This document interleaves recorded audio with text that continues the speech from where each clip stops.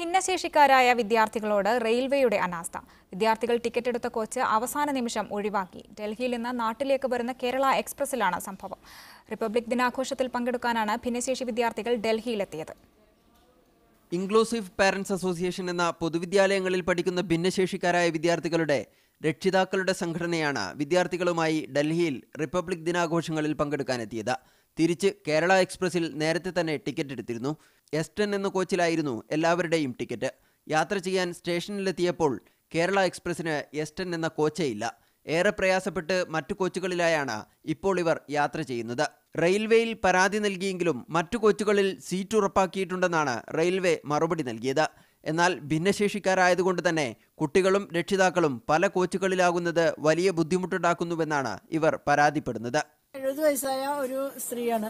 എന്റെ മകന്റെ കുട്ടീനെ ഞാൻ കൊണ്ടുവന്നിരുന്നത്.